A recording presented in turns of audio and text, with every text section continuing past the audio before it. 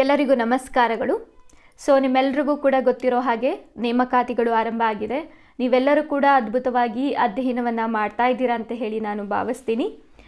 ನಿಮ್ಮೆಲ್ಲರಿಗೂ ಕೂಡ ಗೊತ್ತಿರುವ ಹಾಗೆ ಈ ಹಿಂದೆ ನಾನು ಟಾಪ್ 100 ಕ್ವಶನ್ಸ್ ಅಂತ ಹೇಳಿ ಕೇಂದ್ರ ಮತ್ತು ರಾಜ್ಯ ಸರ್ಕಾರಗಳಿಂದ ಈ ಹಿಂದಿನ ಪ್ರಶ್ನೆ ಪತ್ರಿಕೆಯಲ್ಲಿ ಬಂದಿರುವಂತಹ ಯೋಜನೆಗಳ ಕುರಿತು ತರಗತಿಯನ್ನು ಮಾಡಿದ್ದೆ. ಆ ಒಂದು ತರಗತಿಯ ಮುಂದುವರೆದಂತಹ ಭಾಗವಾಗಿ ಇವತ್ತಿನ ತರಗತಿಯಲ್ಲಿ ಇನ್ನುಳಿದಂತಹ ಪ್ರಶ್ನೋತ್ತರಗಳನ್ನು ನಾವು ನೋಡ್ತಾ ಹೋಗೋಣ. ಇನ್ನೂ ಯಾರು ನನ್ನ ಚಾನಲ್ಗೆ ಸಬ್ಸ್ಕ್ರೈಬ್ ಆಗಿಲ್ಲ, ಸಬ್ಸ್ಕ್ರೈಬ್ ಆಗಿ. ಹಾಗೆ ತರಗತಿಗಳ ಕುರಿತಾದಂತಹ ನಿಮ್ಮ ಅಭಿಪ್ರಾಯವನ್ನು ಕಮೆಂಟ್ ಮೂಲಕ ತಿಳಿಸಿ. ಓಕೆ, ಮೊದಲನೆಯ ಪ್ರಶ್ನೆಯನ್ನು ನಾವು ನೋಡ್ತಾ ಹೋಗೋಣ. ಈ ಕೆಳಗಿನ ಹೇಳಿಕೆಗಳನ್ನು ಪರಿಗಣಿಸಿ. ಮಹಿಳೆ ಮತ್ತು ಮಕ್ಕಳ ಕಲ್ಯಾಣ ಸಚಿವಾಲಯ ಸ್ಮೈಲ್ ಕೇಂದ್ರೀಯ ವಲಯ ಸ್ಕೀಮನ್ನು ಆರಂಭಿಸಿದೆ. ಜೀವನೋಪಾಯ ಮತ್ತು ಉದ್ಯಮಕ್ಕಾಗಿ ಅಂಚಿನಲ್ಲಿರುವ ವ್ಯಕ್ತಿಗಳಿಗೆ ಪೂರಕವಾಗಿದೆ ಅಂತ ಹೇಳಿ ಕೊಟ್ಟಿದ್ದಾರೆ. ಆಪ್ಷನ್ 2 ಬಂದು ಸ್ಕೀಮನ್ನು ಫೆಬ್ರವರಿ 12, 2022 ಆರಂಭವನ್ನು ಮಾಡಲಾಗಿದೆ. ಆಪ್ಷನ್ 3 ಬಂದು ಅಂಬ್ರೆಲಾ ಸ್ಕೀಮನ್ನು ತೃತೀಯ ಲಿಂಗಿಗಳ ಸಮುದಾಯಕ್ಕೆ ಮತ್ತು ಭಿಕ್ಷೆ ಬೇಡುವ ಕಾರ್ಯದಲ್ಲಿ ತೊಡಗಿಸಿಕೊಂಡ ವ್ಯಕ್ತಿಗಳಿಗೆ ಕಲ್ಯಾಣ ಕಾನೂನು ಕ್ರಮವನ್ನು ಒದಗಿಸುವುದಕ್ಕೆ ವಿನ್ಯಾಸಗೊಳಿಸಲಾಗಿದೆ ಅಂತ ಹೇಳಿ ಪ್ರಶ್ನೆಯನ್ನು ಕೊಟ್ಟಿದ್ದಾರೆ. ಇದರಲ್ಲಿ ಯಾವುದು ಸರಿ ಆಗಿಲ್ಲ ಹೇಳಿಕೆ ಅಂತ ಹೇಳಿ ಕೊಟ್ಟಿದ್ದಾರೆ.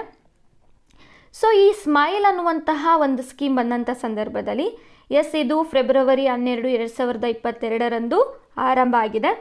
Option 2 is a right answer. Option 3 ಅಂತ ಹೇಳಿ ಬಂದಾಗ ಇದು ತೃತೀಯ ಲಿಂಗಿಗಳ ಸಮುದಾಯಕ್ಕೆ ಹಾಗೂ ಭಿಕ್ಷೆ ಬೇಡುವಂತಹ ಕಾರ್ಯದಲ್ಲಿ ತೊಡಗಿರುವ ವ್ಯಕ್ತಿಗಳಿಗೆ ಕಲ್ಯಾಣ ಕಾರ್ಯಕ್ರಮಗಳನ್ನು ಜಾರಿಗೆ ತಗೊಂಬರುತ್ತೆ. ಆದರೆ ಆಪ್ಷನ್ ಎ ಅನ್ನುವಂಥದ್ದು ತಪ್ಪಾಗತ್ತೆ. ಯಾಕೆ ಅಂತ ಹೇಳಿದ್ರೆ ಸ್ಮೈಲ್ ಅನ್ನುವಂತಹ ಕಾರ್ಯಕ್ರಮವನ್ನು ಜಾರಿಗೆ ತರುವಂತಹ ಸಚಿವಾಲಯ ಬಂದು ಸಾಮಾಜಿಕ ನ್ಯಾಯ ಮತ್ತು ಸಬಲೀಕರಣ ಸಚಿವಾಲಯ ಆಗಿರುತ್ತೆ. ಆದರೆ ಇಲ್ಲಿ ಕೊಟ್ಟಿರುವಂಥದ್ದು ಮಹಿಳೆ ಮತ್ತು ಮಕ್ಕಳ ಕಲ್ಯಾಣ ಸಚಿವಾಲಯ, ಹಾಗಾಗಿ ಇದು ರಾಂಗ್ ಆಗಿರುತ್ತೆ. ಇಲ್ಲಿ ಆಪ್ಷನ್ 1 ಅನ್ನುವಂಥದ್ದು ರಾಂಗ್.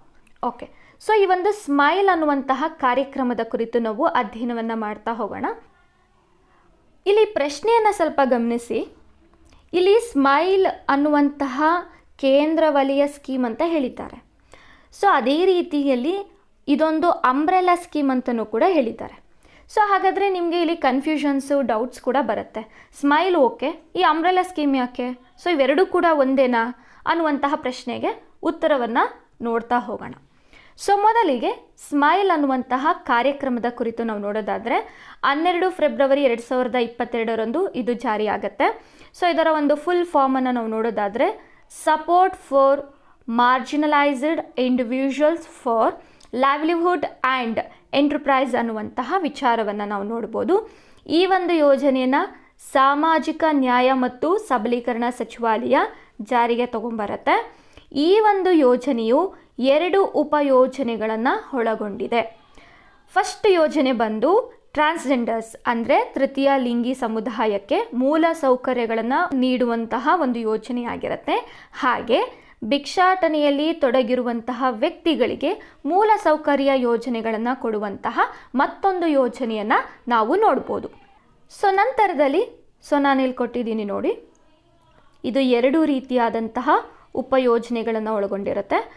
ಇದು ಕಲ್ಯಾಣ ಬೆಂಬಲವನ್ನು, ವೈದ್ಯಕೀಯ ಸಹಾಯವನ್ನು, ಶೈಕ್ಷಣಿಕ ಬೆಂಬಲವನ್ನು, ಕೌಶಲ್ಯ ಅಭಿವೃದ್ಧಿ ಮತ್ತು ಆರ್ಥಿಕ ಬೆಂಬಲದ ಮೂಲಕ ಅಂಚಿನಲ್ಲಿರುವ ಜನರಿಗೆ ಬೆಂಬಲ ಮತ್ತು ಪುನರ್ವಸತಿಯನ್ನು ಒದಗಿಸುವಂತಹ ಗುರಿಯೊಂದಿಗೆ ಸ್ಮೈಲ್ ಅನ್ನುವಂತಹ ಯೋಜನೆಯನ್ನು ಆರಂಭವನ್ನು ಮಾಡಲಾಗಿದೆ ಅಂತ ಹೇಳಿ.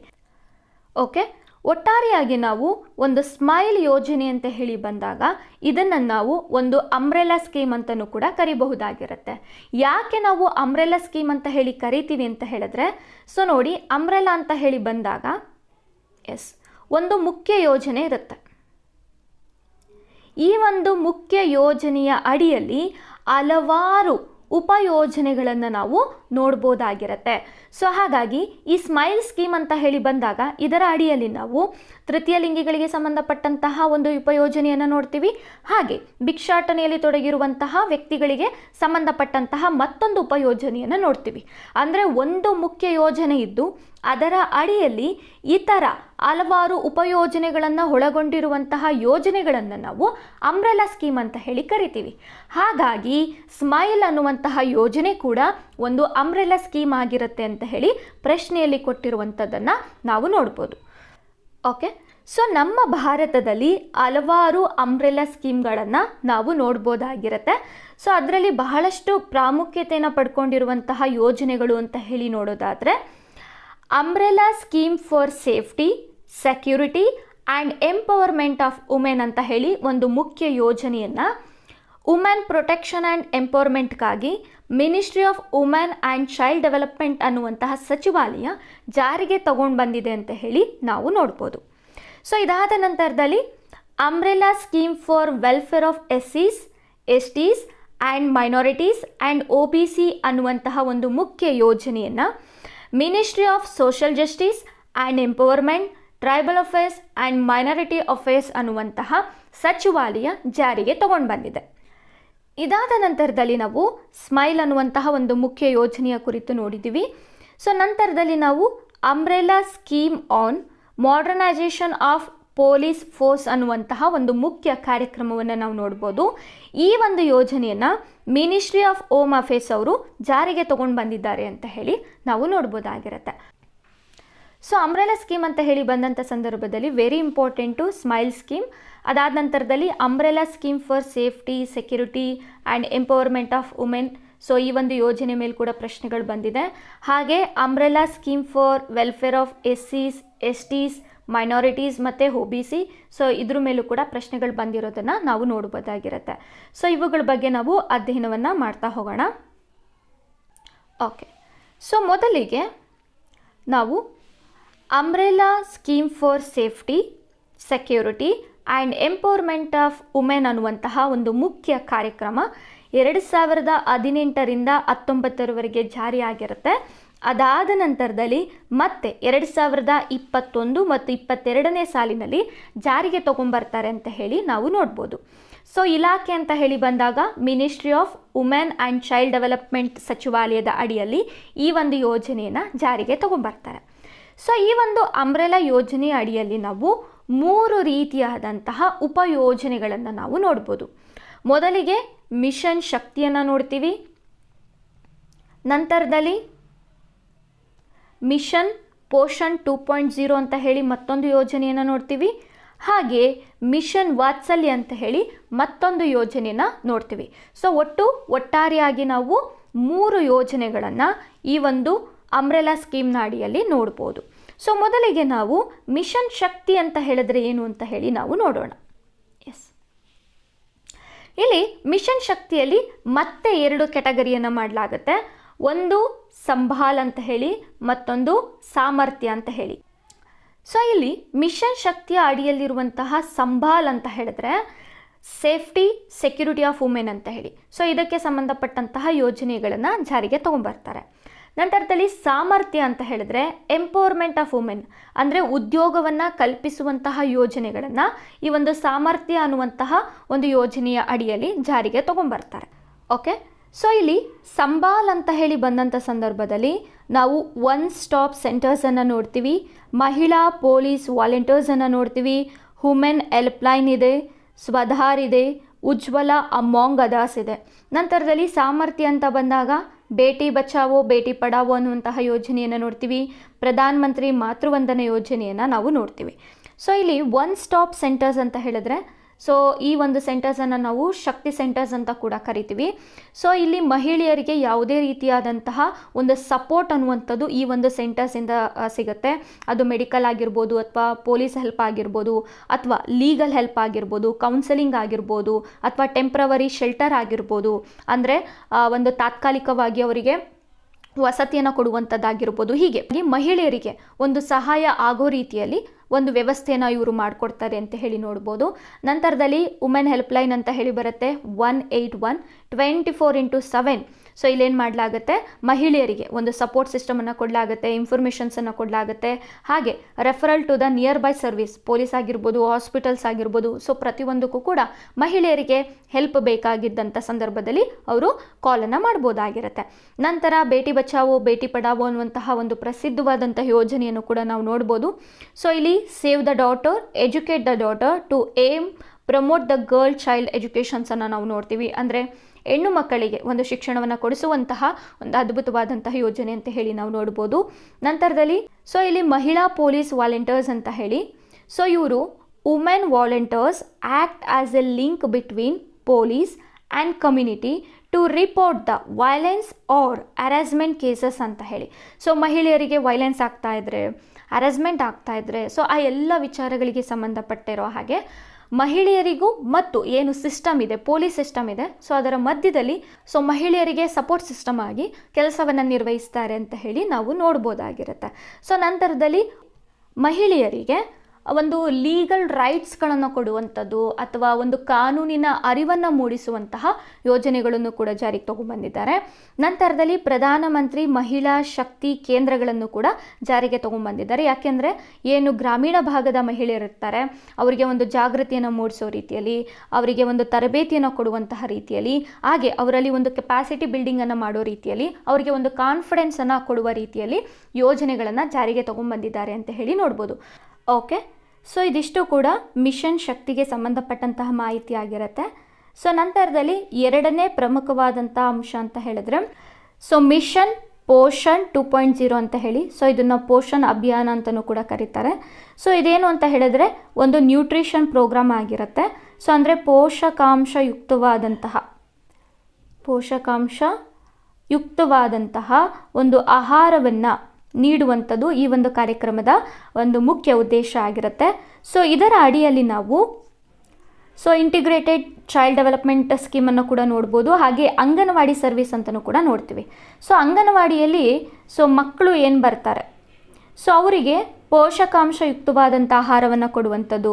ಸೊ ಹಾಲು ಕೊಡ್ತಾರೆ, ಮೊಟ್ಟೆ ಕೊಡ್ತಾರೆ, ಸೊ ಜೊತೆಗೆ ಕಾಳುಗಳನ್ನು ಕೊಡ್ತಾರೆ. ಸೊ ನಂತರದಲ್ಲಿ ಒಂದು ರಾಗಿ ಮಾಲ್ಟನ್ನು ಕೂಡ ಕೊಡ್ತಾರೆ. ಸೊ ಹೀಗೆ ಒಂದು ಪೋಷಕಾಂಶಯುಕ್ತವಾದಂತಹ ಒಂದು ಆಹಾರವನ್ನು ಮಕ್ಕಳಿಗೆ ಕೊಡುವಂತಹ ಒಂದು ಮುಖ್ಯ ಯೋಜನೆ ಅಂತ ಹೇಳಿ ನಾವು ನೋಡ್ಬೋದು. ಸೊ ಇದಾದ ನಂತರದಲ್ಲಿ ಮೂರನೇ ಪ್ರಮುಖ ಯೋಜನೆಯನ್ನು ನಾವು ನೋಡೋದಾದರೆ ಮಿಷನ್ ವಾತ್ಸಲ್ಯ ಅಂತ ಹೇಳಿ ಹೇಳಲಾಗುತ್ತೆ. ಈ ಒಂದು ಕಾರ್ಯಕ್ರಮದ ಮುಖ್ಯ ಉದ್ದೇಶವನ್ನು ನಾವು ನೋಡೋದಾದರೆ ಚೈಲ್ಡ್ ವೆಲ್ಫೇರ್ ಸರ್ವಿಸ್ಗಳನ್ನು ಕೊಡುವಂಥದ್ದು, ಚೈಲ್ಡ್ ಪ್ರೊಟೆಕ್ಷನ್ ಸರ್ವಿಸ್ಗಳನ್ನು ಕೊಡುವಂಥದ್ದು. ಸೊ ಇದರಲ್ಲಿ ಚೈಲ್ಡ್ ಪ್ರೊಟೆಕ್ಷನ್ ಸರ್ವಿಸ್ ಏನಿದೆ ಇದು ಸಂಪೂರ್ಣವಾಗಿ ಕೇಂದ್ರ ವಲಯದ ಯೋಜನೆ ಆಗಿರುತ್ತೆ ಅಂತ ಹೇಳಿ ನಾವು ನೋಡ್ಬೋದಾಗಿರುತ್ತೆ. ಸೊ ಇದಿಷ್ಟು ಕೂಡ ಒಂದು ಮಹಿಳೆಯರಿಗೆ ಸಂಬಂಧಪಟ್ಟಂತಹ ಒಂದು ಅಂಬ್ರೆಲಾ ಸ್ಕೀಮ್ ಆಗಿರುತ್ತೆ. ಸೊ ಇದಕ್ಕೆ ನಾವು umbrella scheme for safety, security and empowerment of women ಅಂತಲೂ ಕೂಡ ಹೇಳ್ಬೋದು. ಸೊ ನಂತರದಲ್ಲಿ ಮುಂದಿನ ಪ್ರಶ್ನೆಯನ್ನು ನಾವು ನೋಡೋಣ. ಈ ಕೆಳಗಿನ ಹೇಳಿಕೆಗಳನ್ನು ಪರಿಗಣಿಸಿ ಗೋ ಟ್ರೈಬಲ್ ಕ್ಯಾಂಪೇನ್ ಅನ್ನುವಂತಹ ಕಾರ್ಯಕ್ರಮ ಬುಡಕಟ್ಟು ಮತ್ತು ಕರಕುಶಲ ಕುರಿತು ಜಾಗೃತಿಯನ್ನು ಉತ್ತೇಜಿಸುವಂತಹ ಗುರಿಯನ್ನು ಹೊಂದಿದೆ ಅಂತ ಹೇಳಿ ನೋಡ್ಬೋದು. ಆಪ್ಷನ್ ಎ ಬಂದು ಇದನ್ನು ಟ್ರಿಫೆಡ್ ಅನ್ನುವಂತಹ ಒಂದು ಸಂಸ್ಥೆಯಿಂದ ಆರಂಭವನ್ನು ಮಾಡಲಾಗಿದೆ ಅಂತ ಹೇಳಿ ಕೊಟ್ಟಿದ್ದಾರೆ.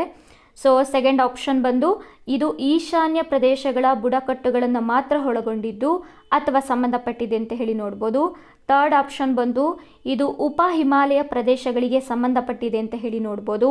ಫೋರ್ತ್ ಆಪ್ಷನ್ಸ್ ಬಂದು ಇದು ಮಧ್ಯ ಮತ್ತು ಪೂರ್ವ ಭಾರತದ ಪ್ರದೇಶಗಳಿಗೆ ಸಂಬಂಧಪಟ್ಟಿದೆ ಅಂತ ಹೇಳಿ ನಾವು ನೋಡ್ಬೋದಾಗಿರುತ್ತೆ. ಸೊ ಇದರಲ್ಲಿ ಯಾವ ಒಂದು ಉತ್ತರ ಸರಿಯಾಗಿದೆ ಅಂತ ಹೇಳಿ ಕೊಟ್ಟಿದ್ದಾರೆ. ಸೊ ಇಲ್ಲಿ ಏನು ಗೋ ಟ್ರೈಬಲ್ ಕ್ಯಾಂಪೇನ್ ಅನ್ನುವಂಥ ಒಂದು ಕಾರ್ಯಕ್ರಮ ಇದೆ. ಸೊ ಇದನ್ನು ಜಾರಿಗೆ ತಗೊಂಡ್ಬಂದಿರುವಂಥದ್ದು ಟ್ರಿಫೆಡ್ ಅನ್ನುವಂತಹ ಒಂದು ಸಂಸ್ಥೆ ಆಗಿರುತ್ತೆ. So it is a right answer ಅಂತ ಹೇಳ್ಬೋದು. ಬಟ್ ಆದರೆ ಈ ಒಂದು ಕಾರ್ಯಕ್ರಮ ಒಂದು ಪರ್ಟಿಕ್ಯುಲರ್ ಆಗಿ ಇಂತಹ ಪ್ರದೇಶದಲ್ಲೇ ಆರಂಭ ಆಗಿದೆ ಅಂತ ಹೇಳಿ ಕೊಟ್ಟಿದ್ದಾರಲ್ಲ, ಸೊ ಇದಿಷ್ಟು ಕೂಡ ತಪ್ಪಾಗಿದೆ. ಸೊ ಆಪ್ಷನ್ ಎ ಮಾತ್ರ ಅಥವಾ ಆಪ್ಷನ್ ಫಸ್ಟ್ ಮಾತ್ರ ರೈಟ್ ಆಗಿರುತ್ತೆ. ಸೊ ಓಕೆ, ಈ ಒಂದು ಕಾರ್ಯಕ್ರಮದ ಕುರಿತು ನಾವು ನೋಡ್ತಾ ಹೋಗೋಣ. ಗೋ ಟ್ರೈಬಲ್ ಕ್ಯಾಂಪೇನ್ ಅನ್ನುವಂಥ ಒಂದು ಕಾರ್ಯಕ್ರಮ 28 ಜೂನ್ 2019 ಜಾರಿಯಾಗುತ್ತೆ. The tribal affairs minister and the TRIFED has launched the go tribal campaign in association with the Amazon global in New Delhi ಅಂತ ಹೇಳಿ ನೋಡ್ಬೋದು. ಈ ಒಂದು ಸಹಯೋಗವು ಬುಡಕಟ್ಟು ಕಲೆ ಮತ್ತು ಕರಕುಶಲ ವಸ್ತುಗಳ ಬಗ್ಗೆ ಜಾಗೃತಿಯನ್ನು ಮೂಡಿಸುವಂಥದ್ದು ಮತ್ತು ಉತ್ತೇಜಿಸುವುದರ ಜೊತೆಗೆ 700ಕ್ಕೂ ಹೆಚ್ಚು ಭಾರತೀಯ ಬುಡಕಟ್ಟು ಜನಾಂಗದವರ ಸಾಮಾಜಿಕ ಆರ್ಥಿಕ ಕಲ್ಯಾಣಕ್ಕೆ ಸಹಾಯ ಮಾಡುವಂತಹ ಒಂದು ಗುರಿಯನ್ನು ಹೊಂದಿದೆ ಅಂತ ಹೇಳಿ ನಾವು ನೋಡ್ಬೋದು. ಸೊ ಇದು ಪರ್ಟಿಕ್ಯುಲರ್ ಆಗಿ ಈ ಒಂದು ಭಾಗಕ್ಕೆ ಅಂತ ಮಾತ್ರ ಅಲ್ಲ. ಸೊ 700ಕ್ಕೂ ಹೆಚ್ಚು ಭಾರತೀಯ ಒಂದು ಬುಡಕಟ್ಟು ಜನಾಂಗದವರು ಅಂತ ಹೇಳಿ ಬಂದಾಗ ನಾವು ಆಲ್ ಓವರ್ ಇಂಡಿಯಾ ಒಂದು ಕಾರ್ಯಕ್ರಮ ಅಂತ ಹೇಳಿ ನಾವು ಇದನ್ನು ನೋಡ್ಬೋದಾಗಿರುತ್ತೆ. ಸೊ ಇಲ್ಲಿ ಟ್ರಿಫೆಡ್ ಅನ್ನುವಂತಹ ಒಂದು ಸಂಸ್ಥೆಯ ಬಗ್ಗೆ ನಾವು ನೋಡೋದಾದರೆ, so tribal cooperative marketing development federation ಅಂತ ಹೇಳಿ, ಸೊ ಈ ಒಂದು ಸಂಸ್ಥೆ 1987ರಲ್ಲಿ ಜಾರಿಯಾಗಿದೆ ಅಂತ ಹೇಳಿ ನಾವು ನೋಡ್ಬೋದಾಗಿರುತ್ತೆ. So TRIFED is an organisation under the ministry of tribal affairs, government of India, dedicated to the social economical development of the tribal communities through the marketing development of the tribal products ಅಂತ ಹೇಳಿ ನಾವು ನೋಡ್ಬೋದು. So ಈ ಸಂಸ್ಥೆ ಏನು ಮಾಡುತ್ತೆ ಅಂತ ಹೇಳಿದ್ರೆ, ಬುಡಕಟ್ಟು ಜನರು ಕಾಡಿನಿಂದ ತಯಾರಿಸಿದ ಅಥವಾ ಸಂಗ್ರಹಿಸಿದ ಉತ್ಪನ್ನಗಳಿಗೆ ಉತ್ತಮ ಬೆಲೆಯನ್ನು ಒದಗಿಸುವಂಥದ್ದು ಈ ಒಂದು ಸಂಸ್ಥೆಯ ಮೂಲ ಉದ್ದೇಶ ಆಗಿರುತ್ತೆ ಅಂತ ಹೇಳಿ ನಾವು ನೋಡ್ಬೋದಾಗಿರುತ್ತೆ. ಅಷ್ಟೇ ಅಲ್ಲದೆ ಈ ಒಂದು ಸಂಸ್ಥೆ ಏನಿದೆ ಇದು ಬುಡಕಟ್ಟು ಜನಾಂಗದವರಿಗೆ ಕರಕುಶಲತೆಗೆ ಸಂಬಂಧಪಟ್ಟಂತಹ ಟ್ರೈನಿಂಗ್ಗಳನ್ನು ಕೂಡ ಕೊಡುತ್ತೆ. ಹಾಗೆ ಈ ಒಂದು ಮಾಡರ್ನ್ ಟೆಕ್ನಾಲಜಿಯಲ್ಲಿ ಅವರು ತಯಾರಿಸಿದಂತಹ ಪ್ರಾಡಕ್ಟ್ಗಳನ್ನು ಒಂದು ಗ್ಲೋಬಲ್ ಮಾರ್ಕೆಟ್ಟಿಗೆ ತಲುಪಿಸುವ ರೀತಿಯಲ್ಲಿ ಒಂದು ವ್ಯವಸ್ಥೆಯನ್ನು ಕೂಡ ಮಾಡಿಕೊಡುತ್ತೆ ಅಂತ ಹೇಳಿ ನಾವು ನೋಡ್ಬೋದಾಗಿರುತ್ತೆ. ಸೊ ಮುಂದಿನ ಪ್ರಶ್ನೆಯನ್ನು ನೋಡೋಣ. ಪ್ರಧಾನಮಂತ್ರಿಗಳು 29 ಫೆಬ್ರವರಿ 2020ರಂದು ಕೃಷಿ ಮಾರುಕಟ್ಟೆಯಲ್ಲಿ ಸುಧಾರಣೆ ತರುವ ನಿಟ್ಟಿನಲ್ಲಿ FPO ಯೋಜನೆಯನ್ನು ಆರಂಭಿಸಿದ್ರು. FPO ಅಂದರೆ ಏನು ಅಂತ ಹೇಳಿಕೊಟ್ಟಿದ್ದಾರೆ. ಫಸ್ಟ್ ಆಪ್ಷನ್ ಇದೆ ಆಹಾರ ಸಂಸ್ಕರಣಾ ಸಂಘಟನೆ, ಸೆಕೆಂಡ್ ಆಪ್ಷನ್ ಇದೆ ರೈತ ಉತ್ಪಾದಕರ ಸಂಘಟನೆ, ಥರ್ಡ್ ಆಪ್ಷನ್ ಇದೆ ಆಹಾರ ಉತ್ಪಾದಕರ ಸಂಘಟನೆ, ಫೋರ್ತ್ ಆಪ್ಷನ್ ಇದೆ ರಸಗೊಬ್ಬರ ಉತ್ಪಾದಕರ ಸಂಘಟನೆ. ಸೊ ಹಾಗಾಗಿ ಇಲ್ಲಿ FPO ಅಂತ ಹೇಳಿದ್ರೆ ಇದು ಫಾರ್ಮರ್ ಪ್ರೊಡ್ಯೂಸರ್ ಆರ್ಗನೈಸೇಷನ್ ಅಂತ ಹೇಳಿ. ಸೊ ಇದು option second is a right answer ಆಗಿರುತ್ತೆ. ಓಕೆ, ಸೊ ಇದ್ರ ಬಗ್ಗೆ ನೋಡ್ತಾ ಹೋಗೋಣ. ಸೊ FPO ಅಂತ ಹೇಳಿದ್ರೆ ಫಾರ್ಮರ್ ಪ್ರೊಡ್ಯೂಸರ್ ಆರ್ಗನೈಸೇಷನ್ ಆಗಿರುತ್ತೆ. ಸೊ ಇದು ತಮ್ಮ ನೀತಿಗಳನ್ನು ರೂಪಿಸುವಲ್ಲಿ ಮತ್ತು ನಿರ್ಧಾರಗಳನ್ನು ತೆಗೆದುಕೊಳ್ಳುವಲ್ಲಿ ಸಕ್ರಿಯವಾಗಿ ಭಾಗವಹಿಸುವ ರೈತ ಸದಸ್ಯರಿಂದ ನಿಯಂತ್ರಿಸಲ್ಪಡುವಂತಹ ಸ್ವಯಂ ಸೇವಾ ಸಂಸ್ಥೆಗಳಾಗಿದೆ. ಸೊ ಇದರಲ್ಲಿ ರೈತ ಸದಸ್ಯರಿಂದ ಈ ಒಂದು ಸಂಸ್ಥೆ ನಡೀತಾ ಇದೆ ಅಂತ ಹೇಳಿ ನಾವು ನೋಡ್ಬೋದು. ಸೊ ಲಿಂಗ, ಸಾಮಾಜಿಕ, ಜನಾಂಗೀಯ, ರಾಜಕೀಯ, ಧಾರ್ಮಿಕ ತಾರತಮ್ಯವಿಲ್ಲದೆ ತಮ್ಮ ಸೇವೆಗಳನ್ನು ಬಳಸಲು ಸಾಧ್ಯವಾಗುವ ಮತ್ತು ಸದಸ್ಯತ್ವದ ಜವಾಬ್ದಾರಿಗಳನ್ನು ಸ್ವೀಕರಿಸಲು ಇಚ್ಛಿಸುವ ಎಲ್ಲ ವ್ಯಕ್ತಿಗಳು ಕೂಡ ಈ ಒಂದು ಸಂಸ್ಥೆಯಲ್ಲಿ ಭಾಗವಹಿಸ್ಬೋದಾಗಿರುತ್ತೆ. ಗುಜರಾತ್, ಮಹಾರಾಷ್ಟ್ರ, ಮಧ್ಯಪ್ರದೇಶ್, ರಾಜಸ್ಥಾನ್ ಈ ಥರ ಕೆಲವು ರಾಜ್ಯಗಳಲ್ಲಿನ FPOಗಳು ಉತ್ತೇಜಕ ಫಲಿತಾಂಶಗಳನ್ನು ತೋರಿಸಿವೆ ಮತ್ತು ತಮ್ಮ ಉತ್ಪನ್ನಗಳಿಗೆ ಹೆಚ್ಚಿನ ಲಾಭವನ್ನು ಗಳಿಸಲು ಸಾಧ್ಯವಾಗಿದೆ ಅಂತ ಹೇಳ್ಬೋದು. ಸೊ ಈ ಒಂದು FPO ಅನ್ನುವಂಥದ್ದು ಏನಿದೆ, ಸೊ ಇದು ರೈತರಿಂದ ನಿಯಂತ್ರಿಸಲ್ಪಟ್ಟಿರುವಂತಹ ಒಂದು ಸ್ವಯಂ ಸೇವಾ ಸಂಸ್ಥೆ ಆಗಿರುತ್ತೆ. ಸೊ ಇದು ರೈತರಿಗೆ ಕೃಷಿಯಲ್ಲಿ ಒಂದು ಹೊಸ ಸುಧಾರಣೆಗಳನ್ನು ತರಲಿಕ್ಕೆ, ರೈತರಿಗೆ ಸಹಾಯವಾಗುವಂತಹ ಯೋಜನೆಗಳನ್ನು ತರಲಿಕ್ಕೆ ಈ ಒಂದು ಸಂಸ್ಥೆ ಕಾರ್ಯವನ್ನು ನಿರ್ವಹಿಸ್ತಾ ಇದೆ ಅಂತ ಹೇಳಿ ನಾವು ನೋಡ್ಬೋದಾಗಿರುತ್ತೆ. ಓಕೆ, ಸೊ ಮುಂದಿನ ಪ್ರಶ್ನೆಯನ್ನು ನಾವು ನೋಡೋಣ. ಕರ್ನಾಟಕ ಸರ್ಕಾರವು ರೈತ ಸಿರಿ ಯೋಜನೆಯನ್ನು ರೈತರು ಈ ಕೆಳಗಿನ ಯಾವ ಬೆಳೆಗಳನ್ನು ಬೆಳೆಯಲು ಪರಿಚಯವನ್ನು ಮಾಡಿದ್ದಾರೆ ಅಂತ ಹೇಳಿಕೊಟ್ಟಿದ್ದಾರೆ. ಸಿರಿಧಾನ್ಯಗಳು, ತೋಟಗಾರಿಕಾ ಬೆಳೆಗಳು, ಪ್ಲಾಂಟೇಶನ್ ಬೆಳೆಗಳು, ತರಕಾರಿ ಮತ್ತು ಹಣ್ಣುಗಳು ಅಂತ ಹೇಳಿ. ಸೊ ಉತ್ತರ ಅನ್ನುವಂಥದ್ದು ಪ್ರಶ್ನೆಯಲ್ಲೇ ಇದೆ, ಯೋಜನೆಯ ಹೆಸರಿನಲ್ಲೇ ಇದೆ. ಸಿರಿ, ಸೊ ಅಂದರೆ ಸಿರಿಧಾನ್ಯಗಳನ್ನು ಬೆಳಿಲಿಕ್ಕೆ ಈ ಒಂದು ರೈತ ಸಿರಿ ಯೋಜನೆಯನ್ನು ಜಾರಿಗೆ ತೊಗೊಂಡು ಬಂದಿದ್ದಾರೆ ಅಂತ ಹೇಳಿ ನಾವು ನೋಡ್ಬೋದು. ಓಕೆ, ಸೊ ಇದ್ರ ಬಗ್ಗೆ ನೋಡ್ತಾ ಹೋಗೋಣ. ಕರ್ನಾಟಕ ರೈತ ಸಿರಿ ಯೋಜನೆ 2019-20 ಸಾಲಿನಲ್ಲಿ ಜಾರಿಯಾಗುವಂತಹ ಯೋಜನೆಯಾಗಿರುತ್ತೆ. ಕರ್ನಾಟಕ ರೈತರಿಗೆ ವಿಶೇಷವಾಗಿ ಸಿರಿಧಾನ್ಯಗಳನ್ನು ಅಂದರೆ ಪೌಷ್ಟಿಕ ಧಾನ್ಯಗಳನ್ನು ಬೆಳೆಯುವಂತಹ ರೈತರಿಗೆ ಬೆಂಬಲವನ್ನು ಕೊಡಲಾಗುತ್ತೆ. ಈ ಒಂದು ಯೋಜನೆಯು ನೈಸರ್ಗಿಕ ವಿಕೋಪಗಳು, ಕಳಪೆ ಬೆಳೆ ಇಳುವರಿಯಿಂದ ಉಂಟಾಗುವಂತಹ ತೊಂದರೆಗಳನ್ನು ಕಡಿಮೆ ಮಾಡಲು ಆರ್ಥಿಕ ಸಹಾಯವನ್ನು ಕರ್ನಾಟಕ ಸರ್ಕಾರ ಕೊಡುತ್ತೆ. ಹಾಗೆ ಉತ್ತಮ ಕೃಷಿ ವಿಧಾನವನ್ನು ಪ್ರೋತ್ಸಾಹವನ್ನು ಮಾಡುತ್ತೆ ಅಂತ ಹೇಳಿ ನೋಡ್ಬೋದು. ಸಿರಿಧಾನ್ಯಗಳನ್ನು ಬೆಳೆಯುವಂತಹ ರೈತರು ತಮ್ಮ ಕೃಷಿ ಕೆಲಸವನ್ನು ಬೆಂಬಲಿಸಲು 1 ಎಕರೆಗೆ 10,000 ರೂಪಾಯಿಗಳ ಸಹಾಯಧನವನ್ನು ಕರ್ನಾಟಕ ಸರ್ಕಾರ ಕೊಡ್ತಾ ಇದೆ ಅಂತ ಹೇಳಿ ನಾವು ನೋಡ್ಬೋದಾಗಿರುತ್ತೆ. ಓಕೆ, ಸೊ ಮುಂದಿನ ಪ್ರಶ್ನೆಯನ್ನು ನಾವು ನೋಡೋಣ. ರಾಷ್ಟ್ರೀಯ ಸಾಮಾಜಿಕ ನೆರವು ಯೋಜನೆ ಅಂತ ಹೇಳಿ NSAP ಅಂತ ಹೇಳಿ. ಸೊ ಈ ವಿಷಯಕ್ಕೆ ಸಂಬಂಧಪಟ್ಟಿದೆ ಅಂತ ಹೇಳಿ ಪ್ರಶ್ನೆನ ಕೇಳಿದ್ದಾರೆ.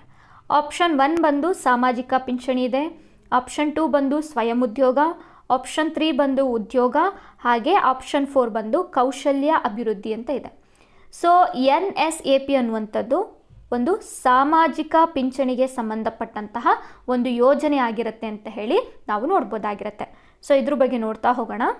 NSAP ಅಂತ ಹೇಳಿದ್ರೆ ನ್ಯಾಷನಲ್ ಸೋಷಿಯಲ್ ಅಸಿಸ್ಟೆಂಟ್ ಪ್ರೋಗ್ರಾಮ್ ಅಂತ ಹೇಳಿ 1995ರಲ್ಲಿ ಈ ಒಂದು ಕಾರ್ಯಕ್ರಮವನ್ನು ಜಾರಿಗೊಳಿಸಲಾಗುತ್ತೆ. ಈ ಒಂದು ಕಾರ್ಯಕ್ರಮ the ministry of rural development ಈ ಒಂದು ಸಚಿವಾಲಯದ ಅಡಿಯಲ್ಲಿ ಬರುತ್ತೆ ಅಂತ ಹೇಳಿ ನೋಡಬಹುದು. ಸೊ ಈ ಒಂದು ಕಾರ್ಯಕ್ರಮವು ಬಡತನ ರೇಖೆಗಿಂತ ಕೆಳಗಿರುವ ಅಂದರೆ BPL ವ್ಯಕ್ತಿಗಳಿಗೆ, ಅದರಲ್ಲೂ ವೃದ್ಧರು, ವಿಧವೆಯರು ಮತ್ತು ಅಂಗವಿಕಲರು ಮತ್ತು ಪ್ರಾಥಮಿಕ ಜೀವನಾಧಾರದ ಮರಣದಿಂದ ದುಃಖಿತವಾಗಿರುವಂತಹ ಕುಟುಂಬಗಳಿಗೆ ಸಾಮಾಜಿಕ ಪಿಂಚಣಿಗಳ ಮೂಲಕ ಹಣಕಾಸಿನ ನೆರವನ್ನು ಕೊಡುವಂತಹ ಒಂದು ಕಾರ್ಯಕ್ರಮ ಅಂತ ಹೇಳಿ ನಾವು ನೋಡ್ಬೋದು. ಸೊ ಈ ಒಂದು ಕಾರ್ಯಕ್ರಮ ನಮ್ಮ ಭಾರತೀಯ ಸಂವಿಧಾನದಲ್ಲಿ ರಾಜ್ಯ ನೀತಿ ನಿರ್ದೇಶನ ತತ್ವಗಳಲ್ಲಿ ಬರುವಂತಹ 41ನೇ ವಿಧಿಯ ಒಂದು ಕಾರ್ಯಕ್ರಮವನ್ನು ಇದು ಪೂರೈಸುತ್ತೆ ಅಂತ ಹೇಳಿ ನಾವು ನೋಡ್ಬೋದು. ಹಾಗಾದರೆ 41ನೇ ವಿಧಿ ಏನು ಹೇಳುತ್ತೆ ಅಂದರೆ, ಸೊ ನಿರುದ್ಯೋಗ ಆಗಿರ್ಬೋದು, ವೃದ್ಧಾಪ್ಯ ಆಗಿರ್ಬೋದು, ಅಥವಾ ಸ್ಥಾನ ಪಲ್ಲಟಗೊಂಡಂಥವರಿಗೆ ಸಾರ್ವಜನಿಕ ನೆರವನ್ನು ಕೊಡಬೇಕು, ಸಾರ್ವಜನಿಕ ಸಹಾಯವನ್ನು ಕೊಡಬೇಕು ಅಂತ ಹೇಳಿ ಹೇಳ್ತಾರೆ. ಹಾಗಾಗಿ ಈ ಒಂದು ಕಾರ್ಯಕ್ರಮವು 41ನೇ ವಿಧಿಯಲ್ಲಿ ಕೊಟ್ಟಿರುವಂತಹ ಒಂದು ಕಲ್ಯಾಣ ಕಾರ್ಯಕ್ರಮವನ್ನು ಪೂರೈಸ್ತಾ ಇದೆ ಅಂತ ಹೇಳಿ ನಾವು ನೋಡ್ಬೋದು. ಸೊ ಪ್ರಸ್ತುತ NSAP ಅನ್ನುವಂಥದ್ದು 5 ಯೋಜನೆಗಳನ್ನು ಒಳಗೊಂಡಿದೆ ಅಂತಲೂ ಕೂಡ ನಾವು ನೋಡ್ಬೋದಾಗಿರುತ್ತೆ. ಸೊ ಅವುಗಳು ಯಾವುದು ಅಂತ ಹೇಳಿದ್ರೆ, ಇಂದಿರಾ ಗಾಂಧಿ ರಾಷ್ಟ್ರೀಯ ವೃದ್ಧಾಪ್ಯ ಪಿಂಚಣಿ ಯೋಜನೆ ಅಂತ ಹೇಳಿ ಬರುತ್ತೆ. ಸೊ ಅರ್ಹ ವಯಸ್ಸು ಬಂದು 60 ವರ್ಷಗಳು, 60 ವರ್ಷದಿಂದ 79 ವರ್ಷದವರೆಗೆ ಪಿಂಚಣಿಯನ್ನು ತಿಂಗಳಿಗೆ 200 ರೂಪಾಯಿಗಳನ್ನು ಕೊಡಲಾಗುತ್ತೆ. 80 ವರ್ಷ ಮತ್ತು ಅದಕ್ಕಿಂತ ಹೆಚ್ಚಿನ ವಯಸ್ಸಿನ ವ್ಯಕ್ತಿಗಳಿಗೆ 500 ರೂಪಾಯಿಗಳ ಪಿಂಚಣಿಯನ್ನು ಕೊಡಲಾಗುತ್ತೆ. ಸೊ ಎರಡನೇ ಕಾರ್ಯಕ್ರಮ ಬಂದು ಇಂದಿರಾ ಗಾಂಧಿ ರಾಷ್ಟ್ರೀಯ ವಿಧವೆ ಪಿಂಚಣಿ ಯೋಜನೆ. ಅರ್ಹ ವಯಸ್ಸು ಬಂದು 40 ವರ್ಷಗಳು. ಸೊ ಪಿಂಚಣಿ ರೂಪಾಯಿ ಬಂದು 300 ರೂಪಾಯಿಗಳನ್ನು ಕೊಡಲಾಗುತ್ತೆ. 80 ವರ್ಷವನ್ನು ತುಂಬಿದ ನಂತರ ಫಲಾನುಭವಿಗಳಿಗೆ 500 ರೂಪಾಯಿಗಳನ್ನು ಕೊಡ್ತಾರೆ ಅಂತ ಹೇಳಿ ನಾವು ನೋಡ್ಬೋದು. ಸೊ ನಂತರದಲ್ಲಿ ಇಂದಿರಾ ಗಾಂಧಿ ರಾಷ್ಟ್ರೀಯ ಅಂಗವೈಕಲ್ಯ ಪಿಂಚಣಿ ಯೋಜನೆ ಅಂತ ಹೇಳಿ ಹೇಳಲಾಗುತ್ತೆ. ಸೊ ಈ ಒಂದು ಯೋಜನೆಯ ಅರ್ಹ ವಯಸ್ಸು ಬಂದು 18 ವರ್ಷ ಹಾಗೆ ಮೇಲ್ಪಟ್ಟು ಕೂಡ ಇರುತ್ತೆ.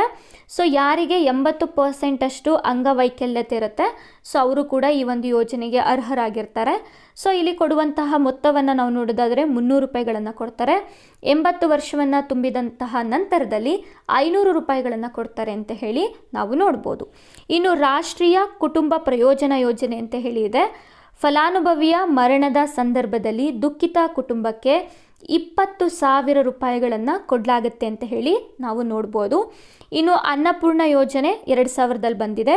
ಪ್ರತಿ ಫಲಾನುಭವಿಗೆ ತಿಂಗಳಿಗೆ 10 kg ಆಹಾರ ಧಾನ್ಯಗಳನ್ನು ಕೊಡುವಂಥದ್ದು. ಸೊ ಅದರಲ್ಲಿ ಗೋಧಿ ಮತ್ತು ಅಕ್ಕಿ ಇರುತ್ತೆ. ಸೊ ಇದಿಷ್ಟು ಕೂಡ NSAPಯ ಅಡಿಯಲ್ಲಿ ಬರುವಂತಹ 5 ಯೋಜನೆಗಳು ಆಗಿರುತ್ತೆ. ಓಕೆ, ಸೊ ಮುಂದಿನ ಪ್ರಶ್ನೆಯನ್ನು ನೋಡೋಣ. ಗ್ರಾಮೀಣ ಪ್ರದೇಶಗಳಲ್ಲಿ ಮನೆಗಳ ಮಾಲೀಕರಿಗೆ ಹಕ್ಕುಗಳ ದಾಖಲೆಗಳನ್ನು ಒದಗಿಸುವ ಉದ್ದೇಶವನ್ನು ಹೊಂದಿರುವಂತಹ ಯೋಜನೆ ಯಾವುದು ಅಂತ ಹೇಳಿ ಕೊಟ್ಟಿದ್ದಾರೆ. ಸೊ ಇಲ್ಲಿ ಗ್ರಾಮೀಣ ಭಾಗ ಕೇಳ್ತಾ ಇದ್ದಾರೆ ಮತ್ತು ಮನೆಯ ಮಾಲೀಕರಿಗೆ ಹಕ್ಕುಪತ್ರಗಳನ್ನು ಕೊಡುವಂತಹ ಒಂದು ಯೋಜನೆಯ ಕುರಿತು ಹೇಳ್ತಾ ಇದ್ದಾರೆ. ಮನ್ರೇಗಾ ಇದೆ, PM ಪ್ರಧಾನಮಂತ್ರಿ ಗ್ರಾಮ ಸಡಕ್ ಯೋಜನೆ ಇದೆ, NSAP ಇದೆ ಮತ್ತು ಸ್ವಾಮಿತ್ವ ಇದೆ. ಸೊ ನಮ್ಗೆ ಗೊತ್ತಿರೋ ಹಾಗೆ NSAPಗೆ ಆಲ್ರೆಡಿ ನಾವು ಮುಗಿಸಿದ್ದೀವಿ. ಸೊ ಇದಾಗಿರೋದಕ್ಕೆ ಚಾನ್ಸೇ ಇಲ್ಲ. ಮನ್ರೇಗಾ ನಮ್ಗೆ ಗೊತ್ತಿರೋ ಹಾಗೆ 100 ದಿನಗಳ ಗ್ಯಾರಂಟಿ ಉದ್ಯೋಗವನ್ನು ಕೊಡುವಂತಹ ಯೋಜನೆ ಆಗಿರುತ್ತೆ. ನಂತರದಲ್ಲಿ ಗ್ರಾಮ ಸಡಕ್ ಯೋಜನೆ ಅಂತ ಹೇಳಿದ್ರೆ ಇದು ರಸ್ತೆಗಳಿಗೆ ಸಂಬಂಧಪಟ್ಟಂತಹ ಯೋಜನೆಗಳಾಗಿರುತ್ತೆ. ಹಾಗಾಗಿ ಇಲ್ಲಿ ಆನ್ಸರ್ ಯಾವುದು ಅಂದರೆ ಸ್ವಾಮಿತ್ವ ಆಗಿರುತ್ತೆ. ಸೊ ಸ್ವಾಮಿತ್ವದ ಕುರಿತು ಸಂಪೂರ್ಣವಾದ ಮಾಹಿತಿಯನ್ನು ನಾನು ಈ ಹಿಂದಿನ ತರಗತಿಯಲ್ಲಿ ಹೇಳಿದ್ದೇನೆ. ಸೊ ನೀವು ಅಲ್ಲಿ ನೋಡ್ಬೋದಾಗಿರುತ್ತೆ. ಓಕೆ, ಸೊ ಈಗ ನಾವು ನೋಡೋಣ ಪ್ರಧಾನಮಂತ್ರಿ ಗ್ರಾಮ ಸಡಕ್ ಯೋಜನೆಯ ಬಗ್ಗೆ. ಸೊ ಇದು 25 ಡಿಸೆಂಬರ್ 2000ರಲ್ಲಿ ಜಾರಿಯಾದಂತಹ ಒಂದು ಕಾರ್ಯಕ್ರಮ ಆಗಿರುತ್ತೆ. ಸೊ ಈ ಒಂದು ಕಾರ್ಯಕ್ರಮವನ್ನು union minister of rural development ಈ ಒಂದು ಯೋಜನೆಯನ್ನು ಜಾರಿಗೆ ತಗೊಂಬರುತ್ತೆ. ಸಂಪರ್ಕವಿಲ್ಲದ ವಾಸಸ್ಥಳಗಳಿಗೆ ಸರ್ವ ಋತು ರಸ್ತೆಯ ಮೂಲಕ ಸಂಪರ್ಕವನ್ನು ಒದಗಿಸುವಂಥದ್ದು ಈ ಒಂದು ಯೋಜನೆಯ ಪ್ರಮುಖ ಉದ್ದೇಶ ಆಗಿರುತ್ತೆ. ಜನಸಂಖ್ಯೆ ಗಾತ್ರದ ಅಥವಾ ಬಯಲು ಪ್ರದೇಶದಲ್ಲಿ 500ಕ್ಕೂ ಹೆಚ್ಚು ಮತ್ತು ಈಶಾನ್ಯ ರಾಜ್ಯಗಳು, ಹಿಮಾಲಯನ್ ರಾಜ್ಯಗಳು, ಮರುಭೂಮಿಗಳು ಮತ್ತು ಬುಡಕಟ್ಟು ಪ್ರದೇಶಗಳಲ್ಲಿ 2001ರ ಜನಗಣತಿಯ ಪ್ರಕಾರ 250ಕ್ಕೂ ಹೆಚ್ಚು ಜನಸಂಖ್ಯೆ ಇದ್ದರೆ ಅಂತಹ ವಾಸ ಸ್ಥಳಗಳಿಗೆ ರಸ್ತೆಯನ್ನು ನಿರ್ಮಾಣ ಮಾಡುವಂತಹ ಗುರಿಯನ್ನು ಪ್ರಧಾನಮಂತ್ರಿ ಗ್ರಾಮ ಸಡಕ್ ಯೋಜನೆ ಹೊಂದಿದೆ ಅಂತ ಹೇಳಿ ನಾವು ನೋಡ್ಬೋದು. ನಂತರದಲ್ಲಿ ಸಂಪರ್ಕವಿಲ್ಲದ ವಾಸಸ್ಥಳ ಅಂತ ಹೇಳಿದ್ರೆ ಸರ್ವಋತು ಅಥವಾ ಸಂಪರ್ಕಿತ ವಾಸಸ್ಥಳದಿಂದ ಕನಿಷ್ಠ 500 ಮೀಟರ್ವರೆಗೆ ಯಾವುದೇ ರೀತಿಯಾದಂಥ ರಸ್ತೆಗಳು ಕಂಡು ಬರದೇ ಇದ್ದರೆ, ಬೆಟ್ಟಗಳು ಬಂದಂಥ ಸಂದರ್ಭದಲ್ಲಿ ಮಾರ್ಗದ ದೂರ 1.5 ಕಿಲೋಮೀಟರ್ವರೆಗೆ ಯಾವುದೇ ರೀತಿಯಾದಂಥ ರಸ್ತೆಗಳು ಕಂಡು ಬರದೇ ಹೋದರೆ ಅಂತಹ ಪ್ರದೇಶದಲ್ಲಿ ರಸ್ತೆಗಳನ್ನು ನಿರ್ಮಾಣ ಮಾಡುವಂತಹ ಯೋಜನೆಯನ್ನು ಈ ಒಂದು ಗ್ರಾಮ ಸಡಕ್ ಯೋಜನೆ ಜಾರಿಗೆ ತಗೊಂಡ್ಬಂದಿದೆ. ಇನ್ನು ಈಶಾನ್ಯ ಮತ್ತು ಹಿಮಾಲಯನ್ ರಾಜ್ಯಗಳಲ್ಲಿ ಈ ಯೋಜನೆಯನ್ನು ಮಂಜೂರಾದ ಯೋಜನೆಗಳಿಗೆ ಸಂಬಂಧಪಟ್ಟ ಹಾಗೆ ಕೇಂದ್ರ ಸರ್ಕಾರ ಏನು ಮಾಡುತ್ತೆ ಅಂದರೆ 90% ಅನುದಾನವನ್ನು ಕೊಡುತ್ತೆ. ಯಾವುದಕ್ಕೆ? ಈಶಾನ್ಯ ಮತ್ತು ಹಿಮಾಲಯನ್ ರಾಜ್ಯಗಳಿಗೆ. ಇನ್ನುಳಿದಂತಹ ಇತರ ರಾಜ್ಯಗಳಿಗೆ 60% ಅನುದಾನವನ್ನು ಕೊಡುತ್ತೆ. ಇನ್ನುಳಿದ 40% ಅನುದಾನವನ್ನು ರಾಜ್ಯ ಸರ್ಕಾರಗಳು ನೀಡಬೇಕಾಗತ್ತೆ. ಯಾವುದಕ್ಕೆ? ಯೋಜನೆಯನ್ನು ಅನುಷ್ಠಾನವನ್ನು ಮಾಡಲಿಕ್ಕೋಸ್ಕರ. ನಂತರ ಪ್ರಧಾನಮಂತ್ರಿ ಗ್ರಾಮ ಸಡಕ್ ಯೋಜನೆ ವರ್ಷನ್ 3 ಅಂತ ಹೇಳ್ಬೋದು. ಈ ಯೋಜನೆಯ ಅವಧಿ ಬಂದು 2019-20 ಸಾಲಿನಿಂದ 2024-25 ಸಾಲಿನವರೆಗೂ ಇದೆ ಅಂತ ಹೇಳಿ ನಾವು ನೋಡ್ಬೋದಾಗಿರುತ್ತೆ. ಓಕೆ, ಮುಂದಿನ ಯೋಜನೆಯನ್ನು ನಾವು ನೋಡೋದಾದರೆ ನರೇಗಾ ಕಾರ್ಯಕ್ರಮದ ಬಗ್ಗೆ. Mahatma Gandhi national rural employment guarantee act ಅಂತ ಹೇಳಿ ಈ ಒಂದು ನರೇಗಾ ಕಾರ್ಯಕ್ರಮ 2005ರಲ್ಲಿ ಜಾರಿಯಾಗುವಂತಹ ಕಾರ್ಯಕ್ರಮ ಆಗಿರುತ್ತೆ. ಅರ್ಹ ಗ್ರಾಮೀಣ ಮನೆಯ ವಯಸ್ಕ ಸದಸ್ಯರಿಗೆ ಕನಿಷ್ಠ 100 ದಿನಗಳ ಕೌಶಲ್ಯರಹಿತವಾದ ದೈಹಿಕ ಕೆಲಸವನ್ನು ಸರ್ಕಾರ ಖಾತ್ರಿಪಡಿಸುತ್ತೆ ಅಂತ ಹೇಳಿ ನೋಡ್ಬೋದು. ಗ್ರಾಮೀಣ ನಾಗರಿಕರಿಗೆ ಉದ್ಯೋಗ ಒದಗಿಸುವುದು ಮತ್ತು ಅವರ ಆರ್ಥಿಕ ಸ್ಥಿತಿಗತಿಗಳನ್ನು ಸುಧಾರಿಸುವಂಥದ್ದು ಈ ಒಂದು ನರೇಗಾ ಕಾರ್ಯಕ್ರಮದ ಮುಖ್ಯ ಉದ್ದೇಶ ಆಗಿರುತ್ತೆ ಅಂತ ಹೇಳಿ ನೋಡ್ಬೋದು. ಈ ಒಂದು ನರೇಗಾ ಕಾರ್ಯಕ್ರಮ ಕನಿಷ್ಠ 100 ದಿನಗಳವರೆಗೆ ಗ್ಯಾರಂಟಿ ಉದ್ಯೋಗವನ್ನು ಇವರು ಕೊಡ್ತಾರೆ. ಕೂಲಿ ಎಷ್ಟು ಕೊಡ್ತಾರೆ ಅಂತ ಹೇಳಿ ನಾವು ನೋಡೋದಾದರೆ ರಾಜ್ಯದಿಂದ ರಾಜ್ಯಕ್ಕೆ ಇದು ಬದಲಾಗ್ತಾ ಹೋಗುತ್ತೆ. 2025ನೇ ಸಾಲಿನಲ್ಲಿ ಹೈಯೆಸ್ಟ್ ಕೂಲಿಯನ್ನು ಕೊಡ್ತಿರುವಂತಹ ರಾಜ್ಯ ಯಾವುದು ಅಂತ ಹೇಳಿದ್ರೆ ಅದು ಹರಿಯಾಣ ಆಗಿರುತ್ತೆ. ಒಂದು ದಿನಕ್ಕೆ 400 ರೂಪಾಯಿಗಳನ್ನು ಇವರು ಕೂಲಿಯನ್ನಾಗಿ ಕೊಡ್ತಾ ಇದ್ದಾರೆ. ಇನ್ನು ಅತಿ ಕಡಿಮೆ ಕೂಲಿಯನ್ನು ಕೊಡ್ತಿರುವಂತಹ ರಾಜ್ಯ ಯಾವುದು ಅಂತ ಹೇಳಿದ್ರೆ ಅರುಣಾಚಲ ಪ್ರದೇಶ ಮತ್ತು ನಾಗಾಲ್ಯಾಂಡ್ ಆಗಿರುತ್ತೆ. ಇವರು ದಿನಕ್ಕೆ 241 ರೂಪಾಯಿಯನ್ನು ಕೊಡ್ತಾ ಇದ್ದಾರೆ. ಇನ್ನು ನಮ್ಮ ಕರ್ನಾಟಕದಲ್ಲಿ ಪ್ರಸ್ತುತವಾಗಿ 370 ರೂಪಾಯಿಗಳನ್ನು ಒಂದು ದಿನಕ್ಕೆ ಕೂಲಿಯನ್ನು ಕೊಡ್ತಾ ಇದ್ದಾರೆ ಅಂತ ಹೇಳಿ ನಾವು ನೋಡ್ಬೋದು. ಇಲ್ಲಿ ನರೇಗಾ ಕಾರ್ಯಕ್ರಮದ ಲಕ್ಷಣಗಳನ್ನು ಕೊಟ್ಟಿದ್ದಾರೆ ನೋಡಿ. ಇಲ್ಲಿ 100 ದಿನಗಳ ಒಂದು ಖಾತ್ರಿ ಉದ್ಯೋಗವನ್ನು ಕೊಡ್ತಾರೆ. ಹಾಗೆ 15 ದಿನದ ಒಳಗಡೆ ಇಲ್ಲಿ ಕೂಲಿಯನ್ನು ಹಾಕ್ಬಿಡ್ತಾರೆ. ನಂತರ ಜನರು ವಾಸ ಮಾಡುವಂತಹ ಊರಿನ 5 ಕಿಲೋಮೀಟರ್ನ ಒಳಗಡೆ ಅವರಿಗೆ ಉದ್ಯೋಗ ಸಿಗೋ ರೀತಿಯಲ್ಲಿ ಮಾಡ್ತಾರೆ. ಹಾಗೆ 1/3 ಅಷ್ಟು ರಿಸರ್ವೇಷನ್ ಇಲ್ಲಿ ಮಹಿಳೆಯರಿಗೆ ಕೊಡಲಾಗುತ್ತೆ ಅಂತ ಹೇಳಿ ನೋಡ್ಬೋದು. ಓಕೆ, ಮುಂದಿನ ಒಂದು ಕಾರ್ಯಕ್ರಮವನ್ನು ಅಥವಾ ಪ್ರಶ್ನೆಯನ್ನು ನಾವು ನೋಡ್ತಾ ಹೋಗೋಣ. ನಿಪುಣ್ ಭಾರತ್ ಅನ್ನುವಂತಹ ಕಾರ್ಯಕ್ರಮದ ದೃಷ್ಟಿಕೋನವು ಇದಕ್ಕೆ ಸಂಬಂಧಪಟ್ಟಿದೆ ಅಂತ ಹೇಳಿಕೊಟ್ಟಿದ್ದಾರೆ. ಆಪ್ಷನ್ 1 ಬಂದು ಶಿಕ್ಷಕರ ಶೈಕ್ಷಣಿಕ ವಿಕಾಸನದ ಬಗ್ಗೆ. ಆಪ್ಷನ್ 2 ಬಂದು ಮೂಲಭೂತ ಸಾಕ್ಷರತೆ ಮತ್ತು ಸಂಖ್ಯೆಗಳನ್ನು ಅರ್ಥ ಮಾಡಿಕೊಳ್ಳುವುದು ಹಾಗೂ ಅದನ್ನು ಬಳಸುವ ಕೌಶಲ್ಯದ ಪರಿಸರವನ್ನು ರೂಪಿಸುವಂಥದ್ದು ಹಾಗೂ ಖಚಿತಪಡಿಸುವಂಥದ್ದು. ಆಪ್ಷನ್ 3 ಇದೆ ಆರಂಭಿಕ ಬಾಲ್ಯದ ಆರೈಕೆ ಮತ್ತು ಶಿಕ್ಷಣ ಆಗಿರುತ್ತೆ ಅಂತ ಹೇಳಿ. ಆಪ್ಷನ್ 4 ಇದೆ ಶಾಲೆಗಳಲ್ಲಿ ಮಾರ್ಗದರ್ಶನ ಅಂತ ಹೇಳಿ. ನಿಪುಣ್ ಭಾರತ್ ಅಂತ ಹೇಳಿ ಬಂದಾಗ ಈ ಒಂದು ಕಾರ್ಯಕ್ರಮವು ಮೂಲಭೂತ ಸಾಕ್ಷರತೆ ಮತ್ತು ಸಂಖ್ಯೆಗಳನ್ನು ಅರ್ಥ ಮಾಡಿಕೊಳ್ಳಿಕ್ಕೆ ಒಂದು ಯೋಜಿಸಲಾಗಿರುವಂತಹ ಯೋಜನೆ ಅಂತ ಹೇಳಿ ನಾವು ನೋಡ್ಬೋದಾಗಿರುತ್ತೆ. ಇದ್ರ ಬಗ್ಗೆ ನಾವು ನೋಡ್ತಾ ಹೋಗೋಣ. ಇಲ್ಲಿ ನಿಪುಣ್ ಭಾರತ್ ಮಿಷನ್ ಅಂತ ಹೇಳಿ ಬರುತ್ತೆ 2021ರಲ್ಲಿ. ಈ ಒಂದು ಕಾರ್ಯಕ್ರಮವನ್ನು ನ್ಯಾಷನಲ್ ಎಜುಕೇಷನಲ್ ಪಾಲಿಸಿ 2020ರ ಅಡಿಯಲ್ಲಿ ಈ ಒಂದು ಕಾರ್ಯಕ್ರಮವನ್ನು ಜಾರಿಗೊಳಿಸಲಾಗಿದೆ ಅಂತ ಹೇಳಿ ನಾವು ನೋಡ್ಬೋದು. ನಿಪುಣ್ ಭಾರತ್ ಅಂತ ಹೇಳಿದ್ರೆ the national initiative for the proficiency in the reading with understanding and numeracy ಅಂತ ಹೇಳಿ ಈ ಒಂದು ಕಾರ್ಯಕ್ರಮವನ್ನು ಮಿನಿಸ್ಟ್ರಿ ಆಫ್ ಎಜುಕೇಷನ್ನ ಅಡಿಯಲ್ಲಿ ಜಾರಿಗೆ ತಂದಿದ್ದಾರೆ ಅಂತ ಹೇಳಿ ನಾವು ನೋಡ್ಬೋದು. ಈ ಒಂದು ಮಿಷನ್ ಅನ್ನುವಂಥದ್ದು ಫೋಕಸ್ ಮಾಡುವುದು 3 ವರ್ಷದಿಂದ 9 ವರ್ಷದ ಮಕ್ಕಳನ್ನು ಗುರಿಯಾಗಿಟ್ಕೊಂಡು ಈ ಒಂದು ಯೋಜನೆಯನ್ನು ಜಾರಿಗೆ ತಗೊಂಡು ಬಂದಿದ್ದಾರೆ. ಈ ಒಂದು ಕಾರ್ಯಕ್ರಮವನ್ನು 5 ಹಂತಗಳಲ್ಲಿ ಜಾರಿಗೊಳಿಸಲಾಗುತ್ತೆ ಅಂತ ಹೇಳಿ ನೋಡ್ಬೋದು. ರಾಷ್ಟ್ರೀಯ ಮಟ್ಟ, ರಾಜ್ಯ ಮಟ್ಟ, ಜಿಲ್ಲಾ ಮಟ್ಟ, ಬ್ಲಾಕ್ ಮಟ್ಟ ಮತ್ತು ಶಾಲಾ ಹಂತದಲ್ಲಿ ಈ ಒಂದು ಕಾರ್ಯಕ್ರಮವನ್ನು ಜಾರಿಗೊಳಿಸಲಾಗುತ್ತೆ. ಸೊ ಈ ಒಂದು ಕಾರ್ಯಕ್ರಮದ ಮುಖ್ಯ ಉದ್ದೇಶ ಏನಾಗಿರುತ್ತೆ ಅಂದರೆ 3 ರಿಂದ 9 ವರ್ಷದ ಮಕ್ಕಳಿಗೆ ಒಂದು ಮ್ಯಾಥಮೆಟಿಕಲ್ ಸ್ಕಿಲ್ ಆಗಿರ್ಬೋದು, ರೀಡಿಂಗ್ ಸ್ಕಿಲ್ ಆಗಿರ್ಬೋದು, ರೈಟಿಂಗ್ ಸ್ಕಿಲ್ ಆಗಿರ್ಬೋದು, ಸೊ ಇವುಗಳನ್ನು ಕಲಿಸುವಂಥದ್ದು. ಹಾಗೆ ಶಿಕ್ಷಕರಿಗೂ ಕೂಡ ಈ ಒಂದು ಕಲಿಕಾ ವಿಚಾರಕ್ಕೆ ಸಂಬಂಧಪಟ್ಟ ಹಾಗೆ ತರಬೇತಿಗಳನ್ನು ಕೊಡುವಂಥದ್ದು, ಅವರ ಸಾಮರ್ಥ್ಯವನ್ನು ವೃದ್ಧಿ ಮಾಡುವಂಥದ್ದು, ಹಾಗೆ ಮಕ್ಕಳಲ್ಲಿ ಸೊ ಅವರ ಒಂದು ಬೆಳವಣಿಗೆ ಹಂತ ಹೇಗಿದೆ, ಅವರ ಒಂದು ಶೈಕ್ಷಣಿಕ ಸಾಧನೆ ಹೇಗಿದೆ ಅನ್ನುವಂಥದ್ದನ್ನು ಪತ್ತೆ ಹಚ್ಚುವಂಥದ್ದು. ಸೊ ಹಾಗಾಗಿ ಒಂದು ನಿಪುಣ್ ಭಾರತ್ ಮಿಷನ್ ಅನ್ನುವಂಥದ್ದೇನಿದೆ, ಸೊ ಮಕ್ಕಳಿಗೆ ಒಂದು ಶಿಕ್ಷಣದಲ್ಲಿ ಒಂದು ಉತ್ತಮವಾದಂತಹ ಸಂಪನ್ಮೂಲಗಳನ್ನು ಕೊಡೋದ್ರ ಮೂಲಕ ಅವರ ಶೈಕ್ಷಣಿಕ ಸಾಧನೆಗೆ ಸಹಾಯವಾಗುವ ರೀತಿಯಲ್ಲಿ ಈ ಒಂದು ಕಾರ್ಯಕ್ರಮವನ್ನು ಕೇಂದ್ರ ಭಾಗದಿಂದ ಜಾರಿ ಮಾಡಲಾಗಿದೆ ಅಂತ ಹೇಳಿ ನಾವು ನೋಡ್ಬೋದಾಗಿರುತ್ತೆ. ಸೊ ಇಲ್ಲಿ ನೀವು ನೋಡ್ಬೋದು ನಿಪುಣ್ ಭಾರತ್ ಕಾರ್ಯಕ್ರಮದ ಮೂಲ ಲಕ್ಷಣಗಳನ್ನು ಹಾಗೂ ಉದ್ದೇಶಗಳನ್ನು. ಓಕೆ, ಸೊ ಇದಾದ ನಂತರದಲ್ಲಿ ನ್ಯಾಷನಲ್ ಎಜುಕೇಷನ್ ಪಾಲಿಸಿ 2020 ಇದೆ.